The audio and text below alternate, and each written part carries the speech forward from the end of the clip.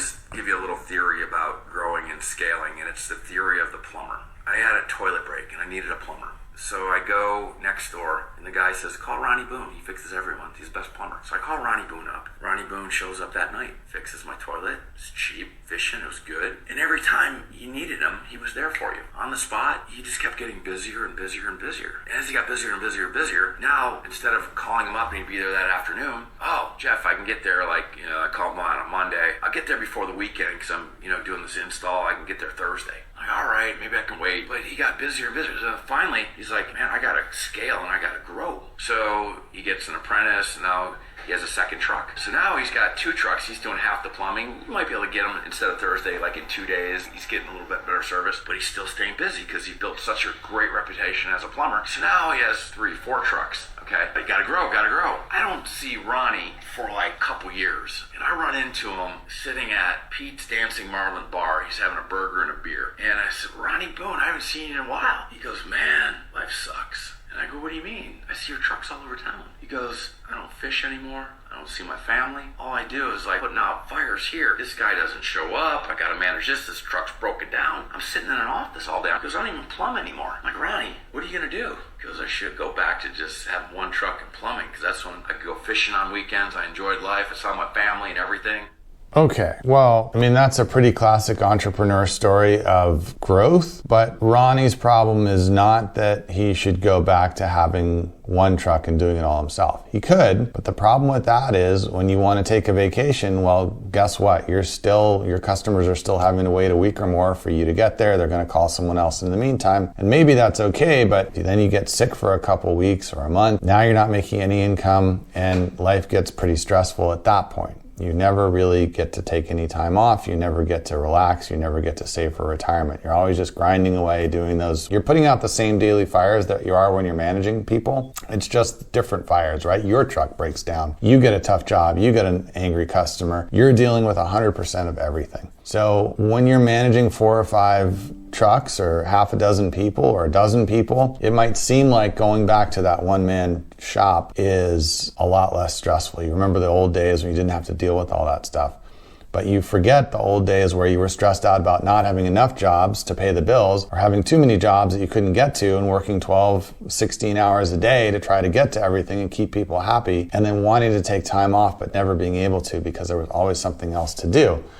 So the real answer here is not to stay a one-man business, but it's really to put systems in place, to put operations in place. So you're not still the key piece of the business, but now instead of just you, it's 10 or 12 or 15 people. So Ronnie's solution, the solution to Ronnie's problem is not to go backwards.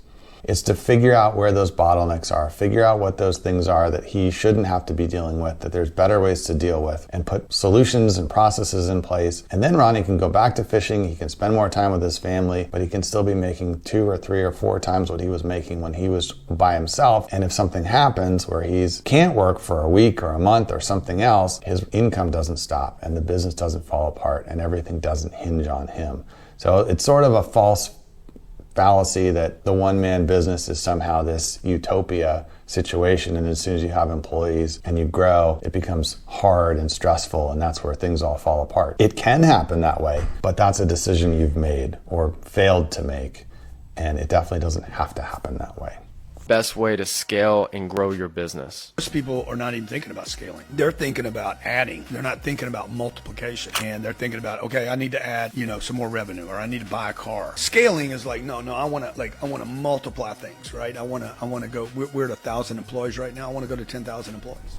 Yeah, this guy is definitely a pretty well-known consultant for people who are looking to grow their business. And, he's talking about the difference between adding and scaling, which are not exactly the terms that are completely different, right? Scaling is just adding a lot. But the difference between adding 20 employees if you have 1,000 and going from 1,000 employees to 10,000 employees is kind of the difference he's talking about. Now, there's very, very few companies with even 1,000 employees that are looking at this. Most people are 10 employees or 15 employees. There's a much bigger pool of businesses that size. But again, if you're asking yourself, we're at 10 employees, how do we get to 100? What's it going to take?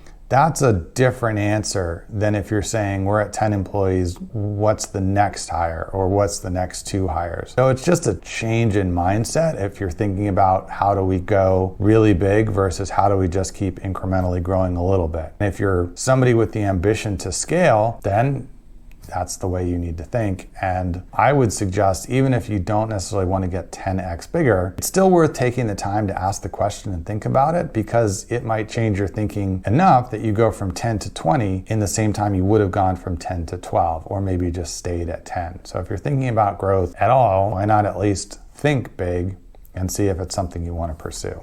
Doing the work yourself. That is the best piece of advice that I was ever given in business. The way people own businesses today is if they have a construction business, they're the one hammering the nail. If they have a taxi business, they're the ones that are driving the taxi. And if they have a video production business, they're the one holding the camera. It is a big mistake. That's the way to stay an employee. What you should be doing is hiring people to nail the nails, hiring people to drive your taxis, or hiring people to hold your video cameras for you so that you could go out and build your business and bring in new contracts and find new talent. That's the way to build a true business that will work for you even when you're sleeping.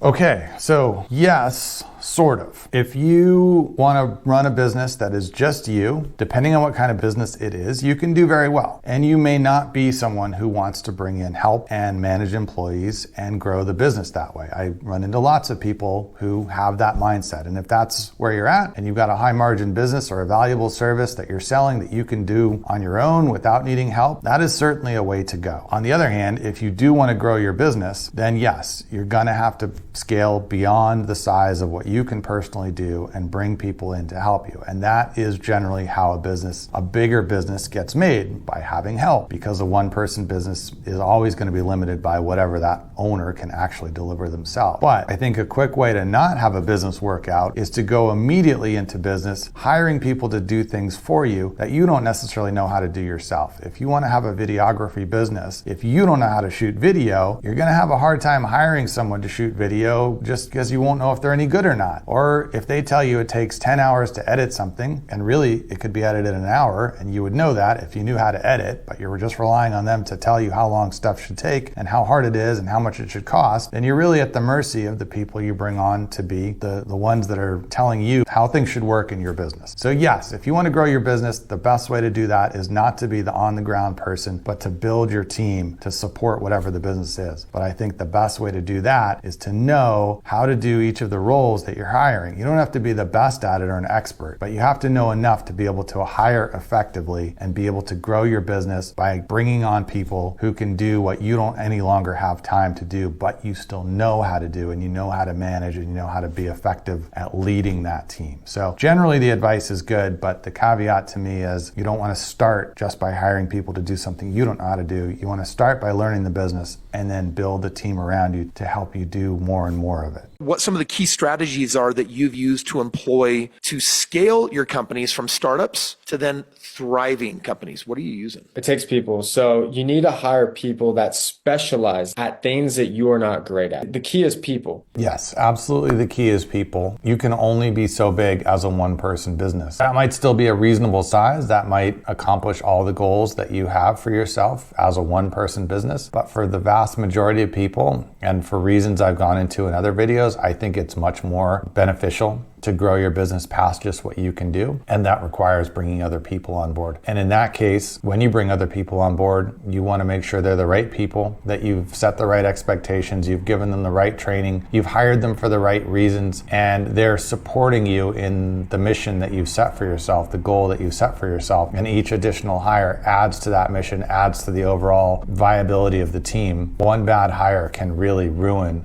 a good team if you don't manage it and fix it and get everybody back on the same page, or let that person go who's not fitting into the team that you built that was otherwise good. 100% hiring the right people, building the right team is going to allow you to operate a much larger, much more successful, and ultimately much less stressful business than if you try to do everything yourself. So I definitely recommend thinking about how to grow a team that's going to work for you, and focusing on getting the right people and having them doing the right things for you, more so than doing it for yourself. But just hiring people and not hiring the right people, not training them properly, not setting good expectations, not managing them effectively, that is probably worse than just doing it all yourself.